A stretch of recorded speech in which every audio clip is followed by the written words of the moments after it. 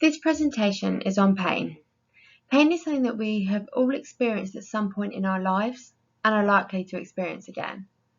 Pain is a massive topic and lots of people dedicate their career to studying pain. So for the purpose of this presentation, we'll simply simplify pain into acute pain and chronic pain, which we can then look into a little bit more detail and discuss. So what actually is pain? So pain is defined as an unpleasant sensory and emotional experience associated with actual or potential tissue damage. And this is the definition that is written by the International Association for the Study of Pain. So like we previously said, pain can be split into acute and chronic pain. So acute pain is pain that exists for 12 weeks or less. This duration is also the duration in which most of the body's healing processes occur after an injury. So acute pain tends to be the times that we stub our toe, really painful at the time, can be something that resolves very, very quickly, but can be excruciating. Or we could have a fractured bone, the associated pains we get with those fractures. Within 12 weeks, we expect that to have really settled down and improved. Or it could be that you've just bruised yourself. Something like that can be acute pain. We can also get acute pain with back pain, knee pain, shoulder pain, any part of our body, but ultimately it's something that is lasting under 12 weeks. It is really worth remembering though that the amount of pain felt is not directly related to the degree of damage. So for example, stubbing your toe can be the most excruciating pain there is, but actually not much damage has been done. To manage our acute pain, we can have distraction, we can find enjoyment in other things, we can be active and get those endorphins raising, which will help us to manage our pain quite well. The other kind of description for pain is chronic pain. Sometimes this is known as persistent pain. Ultimately, it's pain that lasts for longer than 12 weeks. And if we remember that most of our tissues heal within 6 months, it shows that our pain isn't always related to any tissue damage. We continue to get pain because our nervous system tends to be sensitized. So every time our body perceives a threat as pain, what will happen is our body will start responding to things such as walking as pain. And so all of a sudden walking becomes a threat and that walking becomes painful.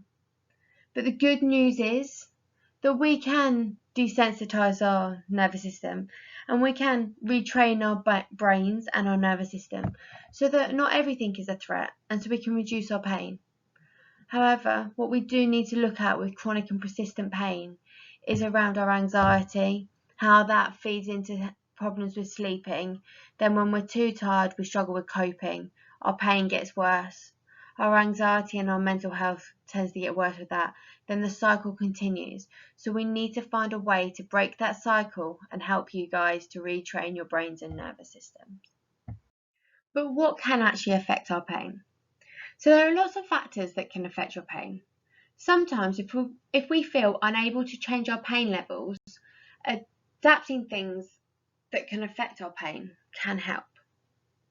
For example, stress is a huge factor with pain.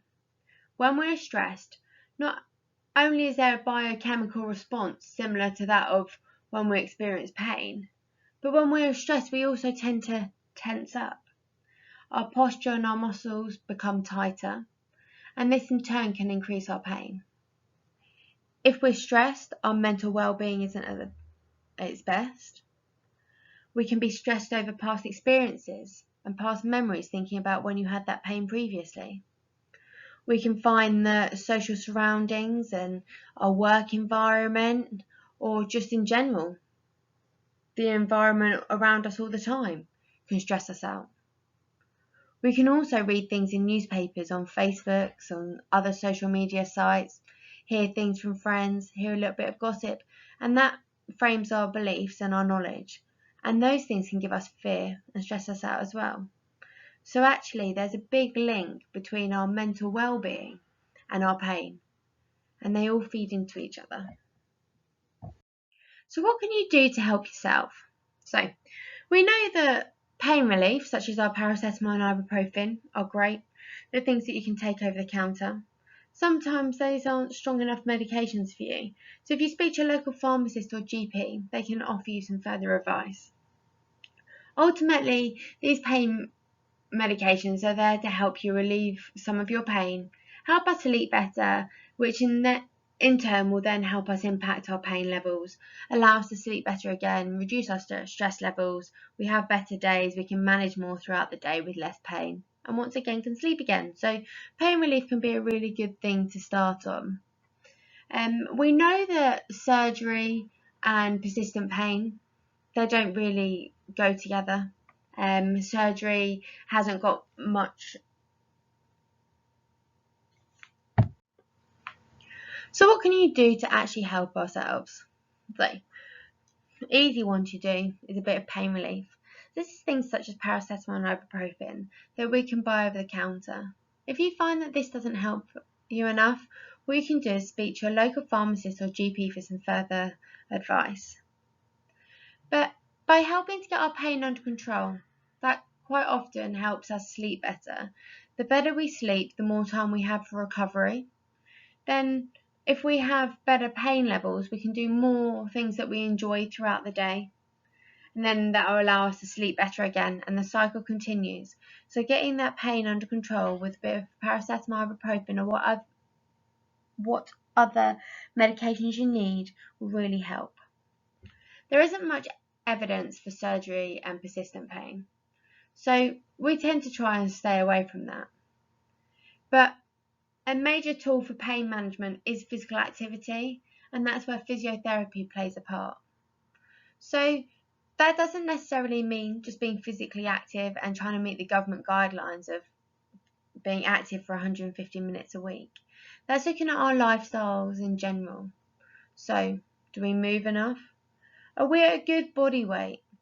Or are we carrying a lot of excess weight that's actually putting a lot of pressure on our joints and needs us being extremely strong to carry that? So do we need to look at nutritional changes? Do we need to start thinking about changing our diet, increasing our activity levels, and remembering to pace to allow us with our pain? And then finally, what's really good is that we can set goals. We do need to remember that these need to be achievable, and that's where your physio can help with these. So to conclude, pain does not have to be forever. So we can take some pain relief. This will help us with our sleep, but sleep's really important to be able to help us manage our pain. We want to be active, but we need to remember to pace ourselves well, and that's a presentation that we'll talk through at a later date. You need to look after yourself. This is with nutrition, including food and drink, making sure that you're making some healthy lifestyle choices. And then ultimately, remember, we can retrain our brains to non-harmful stimuli. So that means that we can do things that we think are going to hurt us. We just have to slowly achieve that through achievable goals.